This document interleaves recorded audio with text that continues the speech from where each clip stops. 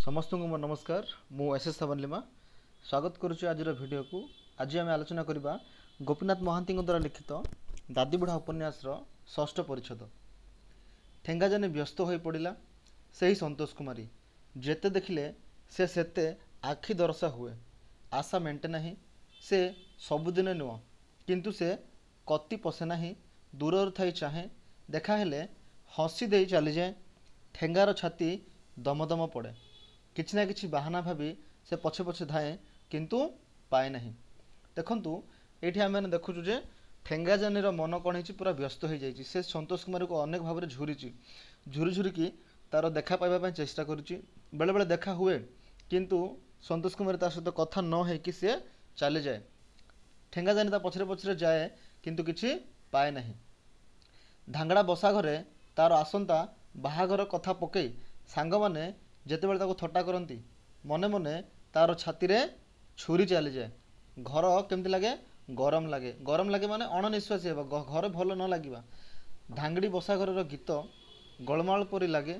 पदा को से 20 थर बाहरी आसी पुणी 20 थर घर भितर जाए शुए। देखंतु बारंबार ठेंगाजानी घर भीतर को आसुची, घर भीतर माने घर बाहर को जाउची। तार कौन होची तार मन मानु नहीं कारण से संतोष कुमारी प्रेम रे पड़ी एवं जे प्रेम रे पड़े ताकू ना निद हुए ना भल भाव से स्थिर होकर रही पारे ना कौन सी काम भी तार मन लगे।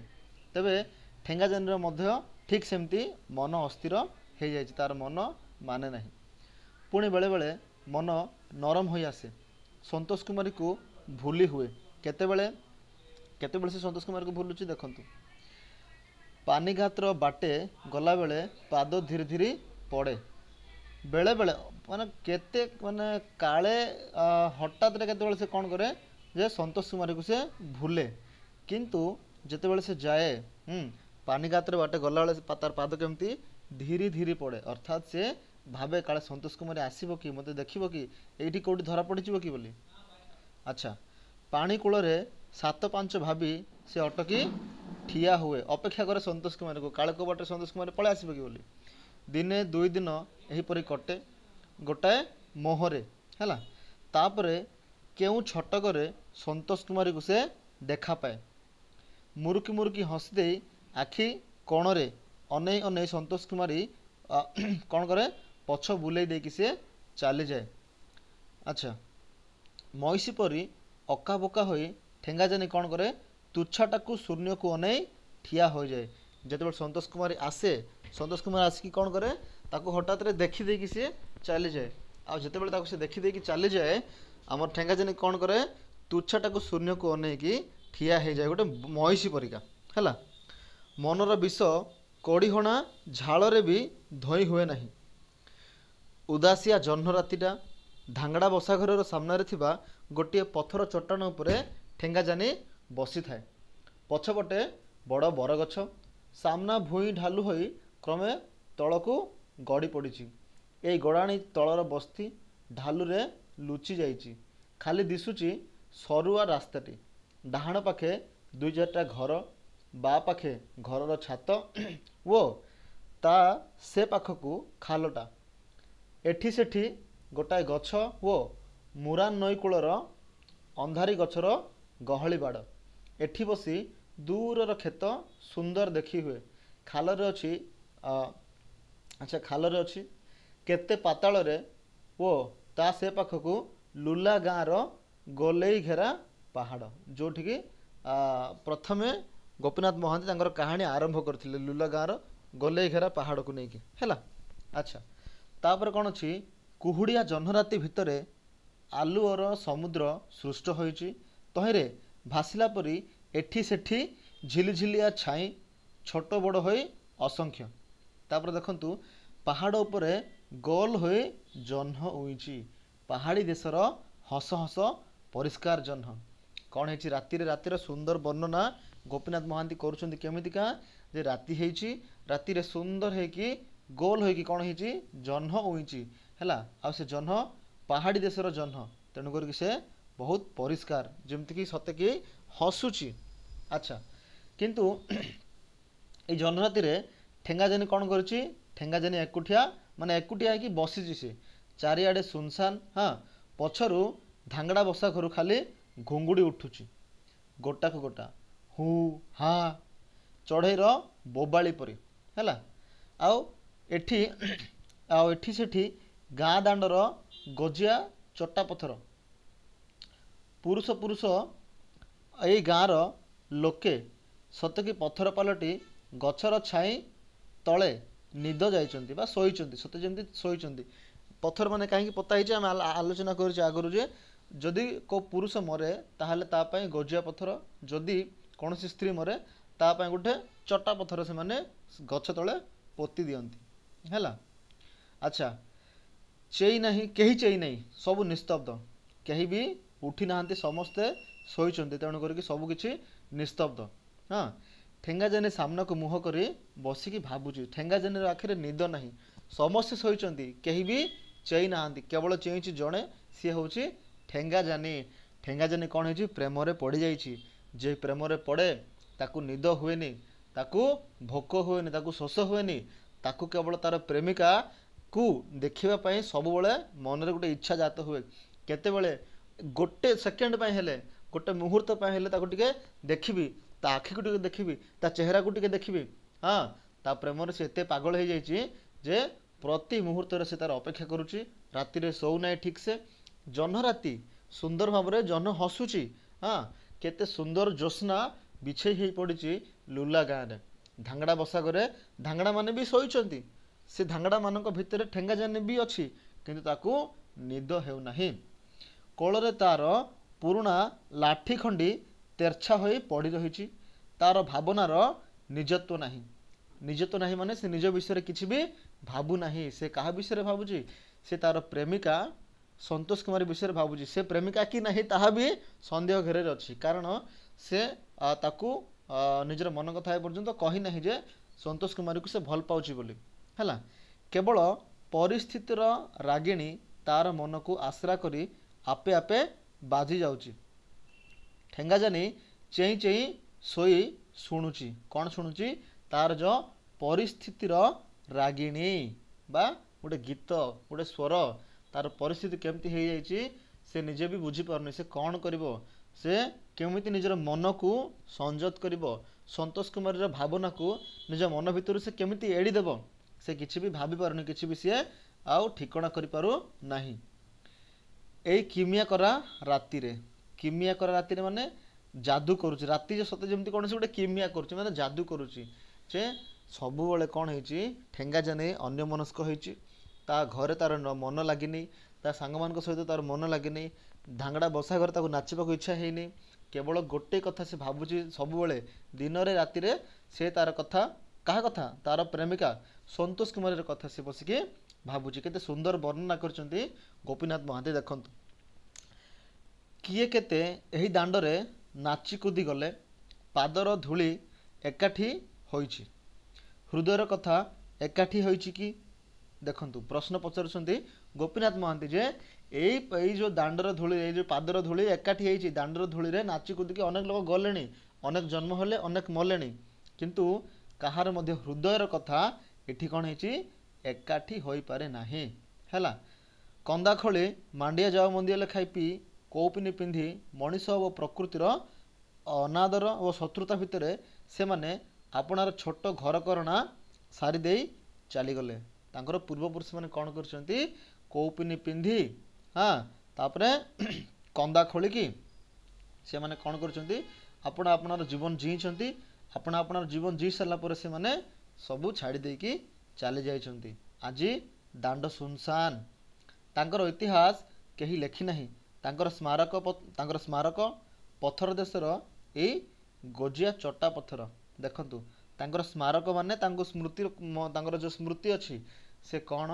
ସେ ଏଇ ଦେଶରେ ଥିବା ଖାଲି ଗଜିଆ ନହେଲେ ଚଟା ପଥର। ଆଉ କେହି ମଧ୍ୟ ତାଙ୍କର ଇତିହାସ ଲେଖି ନାହିଁ, କେହି ତାଙ୍କ ବିଷୟରେ କିଛି ପଢ଼ି ନାହିଁ, ତାଙ୍କର କେହି ସ୍ମାରକ ବି ରଖିନାହିଁ।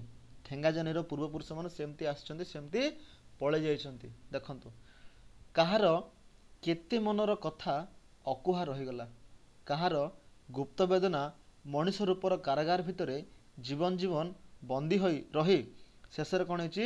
ତାର ସତ୍ତା ହଜେଇଛି।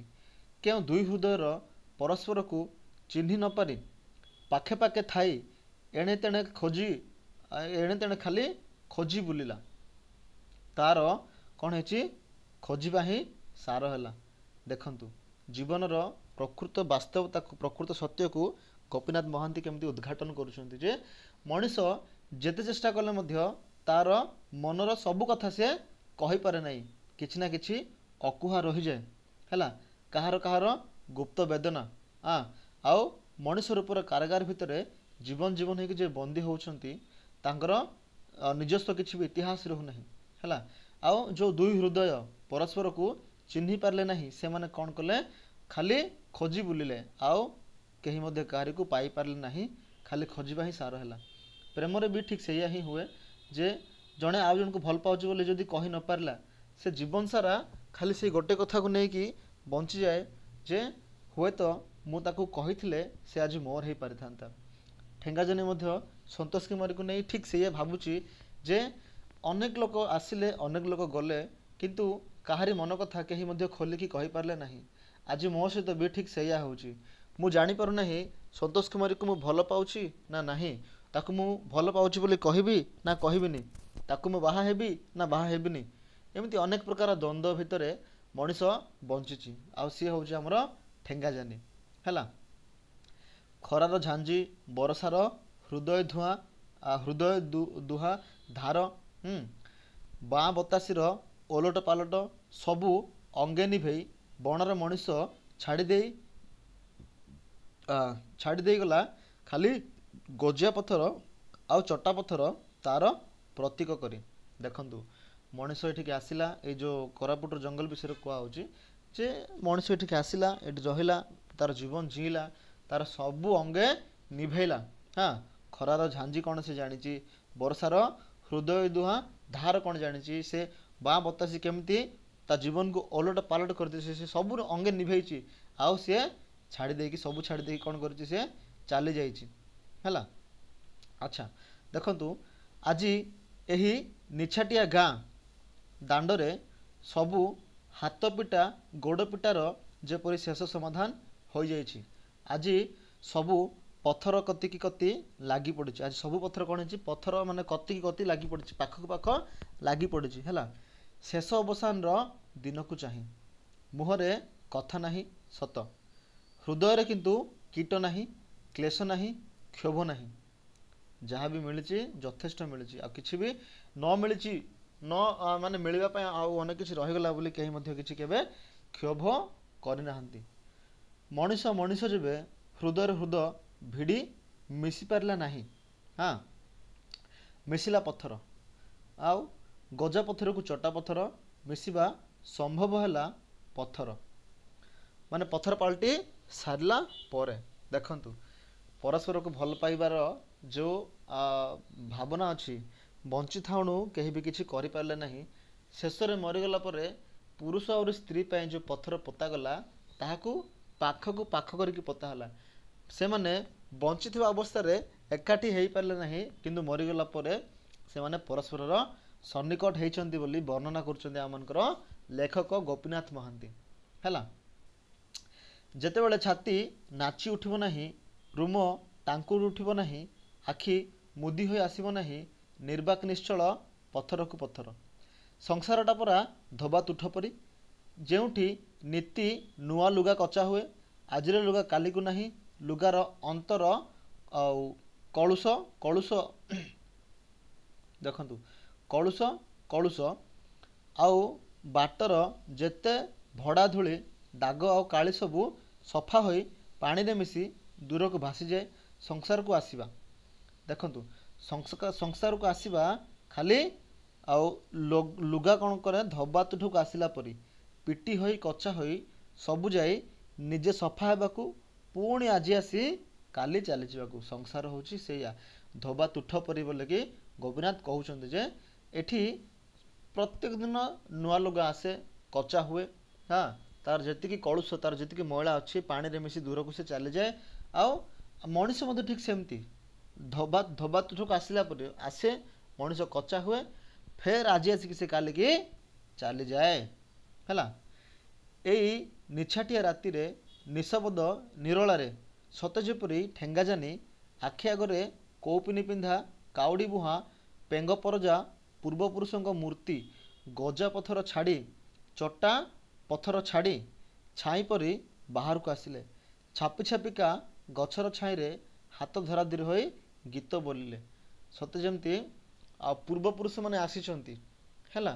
ଠେଙ୍ଗାଜାନି ଭାବୁଛି ଯେ ତାର ପୂର୍ବପୁରୁଷମାନେ ଯେଉଁମାନେ କି ମରିକି ବର୍ତ୍ତମାନ ପଥର ହେଇକି ଶୋଇଛନ୍ତି ସେମାନେ ଆସିଲେ। ଆସିକି ସେମାନେ ଆଉ ତାର ପାଖରେ ହେଲା କ'ଣ କ'ଣ କ'ଣ କରୁଛନ୍ତି, ଗଛର ଛାଇରେ ସେମାନେ ହାତ ଧରାଧରି ହେଇକି ଗୀତ ବୋଲୁଛନ୍ତି। କ'ଣ ଗୀତ ବୋଲୁଛନ୍ତି ଶୁଣନ୍ତୁ।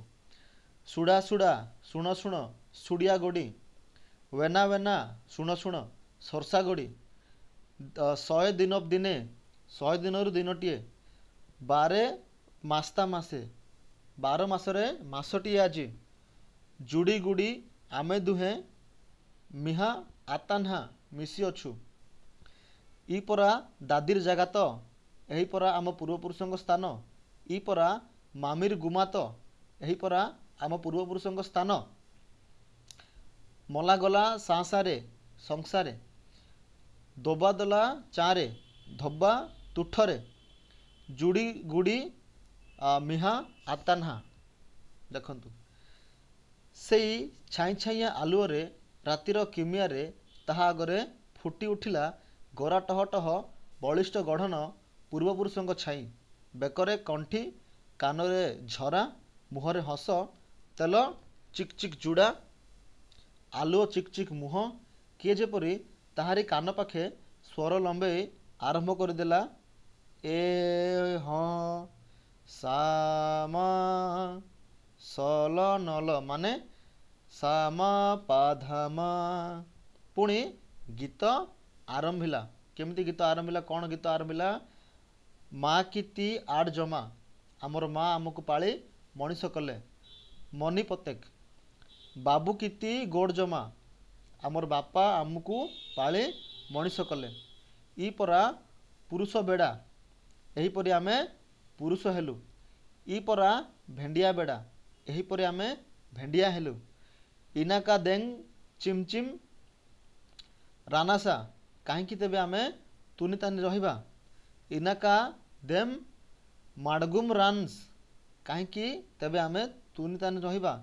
ଆତୁ ବିଚି କେଲା କିନାସ, ହାତରେ ହାତ ଗୁନ୍ଥି ଖେଳ ଖେଳିବା ଆସ। ଆଉ ଗୋଡ଼ ଜିଟି ନାଚ କିନାସ, ଗୋଡ଼ ପିଟି ନାଟ କରିବା। ଏମିତି ସେମାନେ ଗୀତ ବୋଲିଛନ୍ତି। ଏ ଗୀତ ବୋଲିବାର ଅନୁଭବ କରିଛି କିଏ? ଠେଙ୍ଗାଜାନି। ରୂପ କିନ୍ତୁ ତାପରେ କ'ଣ ହେଇଛି? ମିଳେଇ ଗଲା, ମାନେ ତାହା ଅଦୃଶ୍ୟ ହେଇଗଲା ହେଲା। ଅତି ଆବେଗ ଭରା କଣ୍ଠରେ କେଉଁ ଅନାଦି କାଳର ପୁରୁଷ କେଉଁ ଅନାଦି କାଳର ସ୍ତ୍ରୀକୁ କେଉଁଠୁ ଯେପରି ସ୍ୱର ମେଲି ଦେଇ ଡୁଙ୍ଗୁ ଡୁଙ୍ଗାର ତାଳେ ତାଳେ ସମ୍ବୋଧନ କରି ଡାକିଲା, ହେ ସର୍ଷା ଗୋଡ଼ି, ହେ ସୁଡ଼ିଆ ଗୋଡ଼ି, ତୁ ଆ ରେ। ରାୟ ଦରିଆ ହକେ କିଡ଼ା ହରିଆ ହକେ ଗଡ଼ିଆ ଗଡ଼ାଇ ଜଡ଼ା ଅଡ଼ାଇ ଆରେ ରାୟକ ବାଦ ପୁନୁଆ କାନି ସরসু পেডুয়া পুনুয়া কানি এ সুড়িয়া গড়ি এ সরসা গড়ি আ রে সামা ମାପାଧାମା। ପତ୍ରର ଫାଙ୍କେ କୁହୁଡ଼ିର ଟୋପାଏ ଟୋପାଏ ଜହ୍ନ ଆଲୁଅର କଣାରେ କଣାରେ ଯେପରି ସ୍ୱର ଚହଲିଗଲା ଦିଗ୍ବଳୟର ପାହାଡ଼ର ବେଣୀକୁ ବୋଲି। ଆ ରେ ଗଡ଼ିଆ ଗଡ଼ାଏ ଜଟା ଗଡ଼ାଏ ଆ ରେ ମିଳନର ଉଦ୍ବୋଧନ ହୃଦୟର ଉଚ୍ଛ୍ୱାସ ଭରା ଡାକ ପଥରକୁ ପଥର ଚହଟି ବୁଲିଲା। ଗଜା ପଥରରୁ ଚଟା ପଥର, ଚଟା ପଥରରୁ ଗଜା ପଥର। ରୂପ ପଥର ପାଲଟିଛି। ରାଗିଣୀର ଉଚ୍ଛ୍ୱାସ ମିଳେଇ ଯାଇଛି ରାତିର ଅନ୍ଧାର ଆଉ ଜହ୍ନରେ। ତେଣୁ ପରା ନୀତି ତାହା ପ୍ରାଣ ପାଇଁ ଝରେ ପୁଣି। ମଲା ହଜିଲା ସୀମା ଅତିକ୍ରମ କରି ଯେବେ ପଥର ଉପରେ ରାତିର ଅନ୍ଧାରୀ ଆଲୁଅ ଝୁରୁ ଝୁରୁ ହୋଇ ଝରି ପଡ଼େ, ଯାଇଛି କିନ୍ତୁ ଯାଇନାହିଁ। ସାଇତା ହୋଇ ରହିଛି ରାତି ଆଉ ପବନରେ ଦୋହଲି ଦୋହଲି ମାଣ୍ଡିଆ କ୍ଷେତ ଉପରେ ଡଙ୍ଗର ଜଙ୍ଗଲ ଉପରେ ଭାସି ବୁଲିବାକୁ ଅନାଦି ଅନନ୍ତ ମଣିଷର ହୃଦୟର ଭାଷା। ସବୁକିଛି ଅଛି, ସବୁକିଛି ଚାଲିଯାଇଛି, ଆଉ କ'ଣ ହେଇଛି ଯେ ତାର ସବୁ ସ୍ମୃତି ସାଇତା ହେଇକି ରହିଛି। କେଉଁଠି କେଉଁଠି ରହିଛି? ରାତିରେ, ପବନରେ, ହଁ, मांडिया खेत उपरे आउ अनंत मनीषर जो हृदयर भाषा अच्छी ये भाषा कौन है से सब पूर्वपुरुष मानकर स्मृति अच्छी दादी बुढ़ार जो इंग्राजी उपन्यास प्रकाशित है द एंसेस्टर्स माने पूर्वपुरुष माने दादी बुढ़ा पूर्वपुरुष मान विषय ही कहुई। अवश्य नायक नायिका होती ठेंगाजानी संतोष कुमारी किंतु से मानकर प्रेम कहानी को वर्णिबा आड़ में गोपीनाथ महांती कौन कर आदिवासी जीवन चरित्र को लेकिन बा आदिवासी परंपरा को लेकिन है पूर्वपुरुष मानकर जो मान्यता रही से सबको से वर्णना करिसेंती। आउ ए सबू किछि मन पकाउछि किए सी हूँ ठेंगाजानी निद भांगी जाइछि है। आउ जो तार ठेंगा माने तार जो निद भांगीगला ठेंगार से कौन करुच्ची से देखला सी एकुटिया हो बसी देहरे बोझे काकर चारिपाखे खाली मला पथर सभा उठी जावाक बसी सामनार आउ ढालू रास्तार लुगा खसखस करी किए गोटे टोकी ताकू माने किए गोटे टोकी कौन कर तलू ऊपर को माड़ी आसला ठेंगाजानीर छाती रे निआं पशिगला निछाटिया राति रे कहीं कुआड़े नहीं किए डुमा नुहे तो यहीपरि राति पूरा जंगल रु बाहरी गाँ तले तले बाघ डुमा बुले पछे पछे बाघ डुमा ए तो नुहे कारण बाघ डुमा देखा 7-8 वर्षर पुरुष पिलाटीए परी तुंड लाल मुंड चंदा आउ लाल आखि हलदिया ना बाघ डुमा ए केभे नुहे तेबे कौन मनीषर डुमा छाती रे छनका पशिगला मुहूर्ते पूर्वर अनुभूति पुणी मन को घाटी चकटी पकईला माने से भावुले से भूत देखुची बोली है तेणु करके गोटे मुहूर्त पूर्व तार जो पूर्वपुरुष मानकर जो गीत न गाइबा नाचिबा सब जगह देखुला ए सब अनुभूति ताको मन पड़गला आ तार हृदय कौन होगा तार मन पूरा घाटी चकटी होगला। ठेंगाजानी हृदय साहस बांधी लंब लाठीटी टाण मुठारे धरी उठी सीधा ठिया है आसिया लोक आसी पहुँची खंडे दूर चिन्हा हसटी हसी तुंड नुआई कथा आरंभ कला कहला कौन कहला डरलु कि रे ठेंगाजानी अति विस्मित हो पाखक छुटीगला फस फस कर कहला तू एते राति रे संतोष कुमारी केते राति तो आसीची आज की नुआ केते दूर बा आम घर यही तो रास्ता बांकरे दिने दिने मन हुए आसे भावे देखि आसवा ठेंगा किस करुची तोर की गरज तोर घुंगुड़ी शब्द शुणी घर के फेरी जाए ठेंगार देह थरु थाए कहला ए आड़के आ कथा हेबा हाँ संतोष कहला कौन नाई पुणी के उठिबे आ रास्ता रे जीवा कहीं नाई मुई देखी अइली संतोष कुमार आ कथा न कही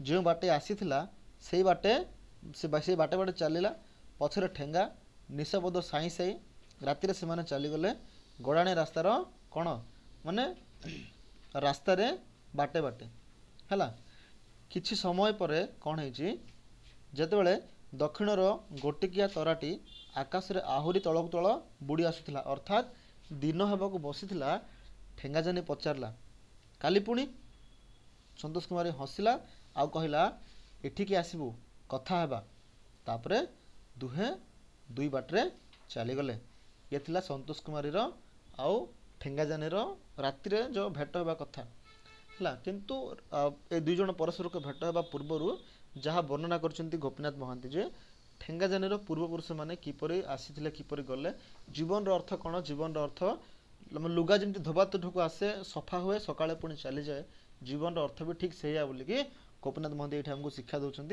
तेबे आम आसंता भिडियो तार भाग 7 आलोचना करवा भिडियो पर्यंत देखि धन्यवाद समस्त को रहिली नमस्कार।